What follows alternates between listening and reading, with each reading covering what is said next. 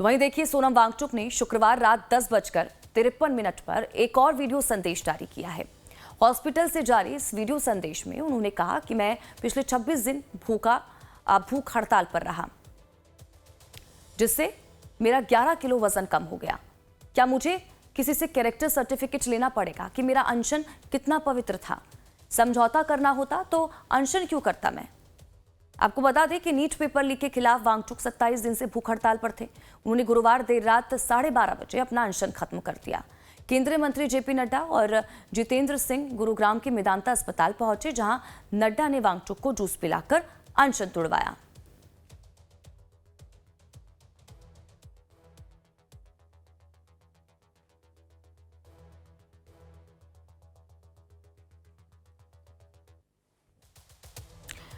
तो 23 जुलाई 2026 का वीडियो है जो आपको दिखा रहे हैं, जब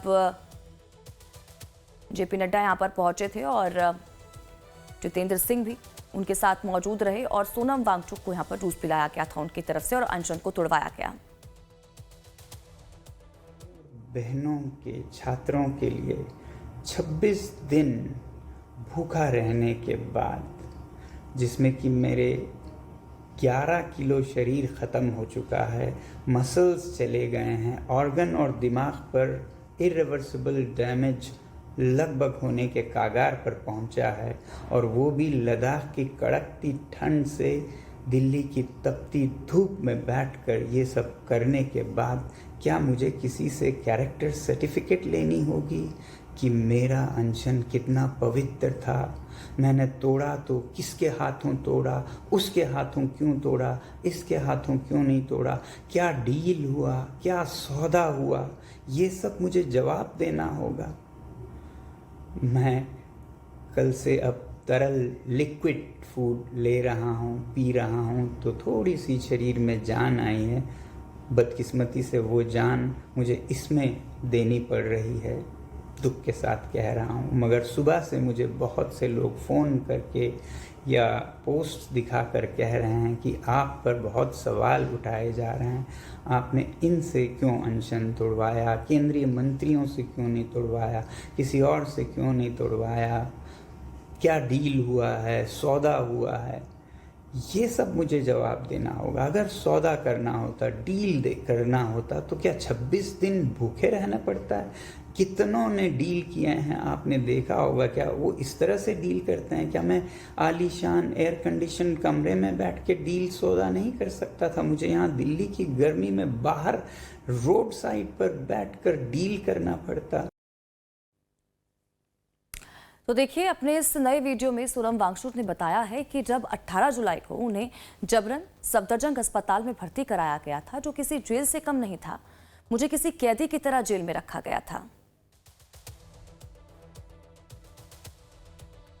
मुझे सफदरजंग अस्पताल ले जाया गया ज़बरदस्ती 18 तारीख को पकड़कर, तो वो सिर्फ अस्पताल नहीं था, वो एक छावनी थी, वो एक जेल था, जहाँ पर मुझे ऐसे रखा गया जैसे कोई कैदी भी शायद ही रहता हो। हर चीज़ पर पाबंदी थी, बाहर नहीं जा सकता था कमरे से, कोई परिंदा भी पर नहीं मार सकता था हमारे कमरे तक, किसी से मिलने का कोई वो नहीं था अधिकार। मुझे सिर्फ 3 रिश्तेदार रह सकते थे, कोई संचार का मोबाइल फ़ोन, लैपटॉप नहीं रख पाता था मैं, कहीं कोई कुछ संदेश नहीं भेज पाता था। आप लोगों को मैं किसी तरह नैपकिन पेपर पर लिख कर भेजता था, वो भी कभी कभी जब्त किए जाते थे ज़्यादातर। तो देखिए, वांगचुक ने अनशन समाप्ति को लेकर भले ही कुछ लोग इस पर सवाल उठा रहे हों, लेकिन उन्होंने इसके पीछे प्रमुख 5 वजह गिनाई हैं, जिसकी वजह से उन्होंने भूख हड़ताल तोड़ने का फैसला लिया। पहला, सरकार की ओर से प्रदर्शनकारी छात्रों पर केस दर्ज नहीं करने का आश्वासन मिला। दूसरा, पेपर लीक को लेकर संसद में चर्चा कराने का आश्वासन मिला। तीसरी वजह थी छात्रों के परिजन को मुआवजा देने पर सहमति बनी।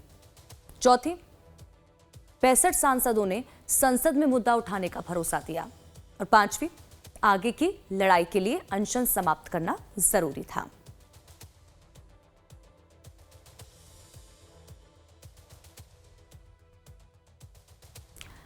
तो देखिए 5 वजह जिस वजह से सोनम वांगचुक की तरफ से अनशन को खत्म किया गया और बाकायदा उनकी तरफ से ये बताया गया वीडियो में क्या कुछ वजह रही। वो वीडियो भी आपको दिखा रहे हैं और सुनवा भी रहे हैं। हालांकि अब अनशन खत्म करने के बाद बहुत से लोग हैं जो उन पर सवाल खड़े कर रहे हैं कि अनशन को तोड़ दिया गया। जेपी नड्डा वहां पर पहुंचे थे, उनके हाथों से अनशन क्यों तोड़ा? इन तमाम चीजों को लेकर अब उन पर सवाल जो है वो उठाए जा रहे हैं। और चलिए आपको बताते हैं कि पिछले 5 दिनों में सरकार ने गतिरोध खत्म करने के लिए क्या क्या किया है और कैसे केंद्रीय मंत्रियों ने सोनम को अनशन खत्म करने के लिए कैसे कैसे राजी किया है। देखिए 20 जुलाई को सीजेपी की अगुवाई में हजारों छात्रों ने संसद मार्च किया, जिसमें पुलिस की लाठीचार्ज में कई छात्र घायल हुए। छात्रों के उग्र प्रदर्शन के बाद सरकार बैकफुट पर नजर आई। 20 जुलाई को ही केंद्रीय मंत्री जेपी नड्डा ने सीजेपी को वार्ता के लिए बुलाया और इस वार्ता में सीजेपी ने नड्डा को अपनी मांगों का ज्ञापन सौंपा। 20 जुलाई को ही सोनम वांगचुक ने कहा कि अगर सरकार जवाबदेही तय करे तो संसद में मुद्दा उठाए तो वो अनशन खत्म करेंगे। उसके बाद देखिए 21 जुलाई को अभिजीत दीपके ने कहा कि अगर बातचीत करनी है तो सरकार को जंतर मंतर पर आना होगा। 21 जुलाई को ही जेपी नड्डा और जितेंद्र सिंह ने मेदांता अस्पताल में जाकर सोनम वांगचुक से मुलाकात की और उनसे अनशन खत्म करने की गुजारिश की। उसके बाद 22 जुलाई की बात करें तो 22 जुलाई को सोनम ने छात्रों पर कार्रवाई नहीं करने के आश्वासन पर अनशन जो है वो खत्म करने की बात कही और वीडियो संदेश जारी किया जिसमें उन्होंने धर्मेंद्र प्रधान के इस्तीफे का जिक्र नहीं किया।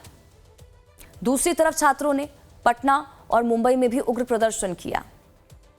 23 जुलाई को देर रात पीएम मोदी ने छात्रों के नाम वीडियो संदेश जारी किया और पेपर लीक के खिलाफ फास्ट ट्रैक कोर्ट बनाने और कड़ा कानून लाने का भरोसा दिया।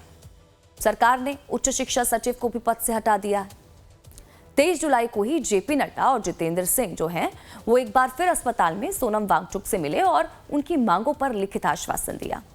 सरकार की अपील और पीएम मोदी की चिट्ठी के बाद सोनम वांगचुक ने अनशन खत्म करने का ऐलान किया। जेपी नड्डा ने उनका अनशन खत्म कराया और इस तरह से 26 दिन से जारी सोनम का अनशन टूटा और एक फ्रंट में सरकार को बड़ी जीत मिली।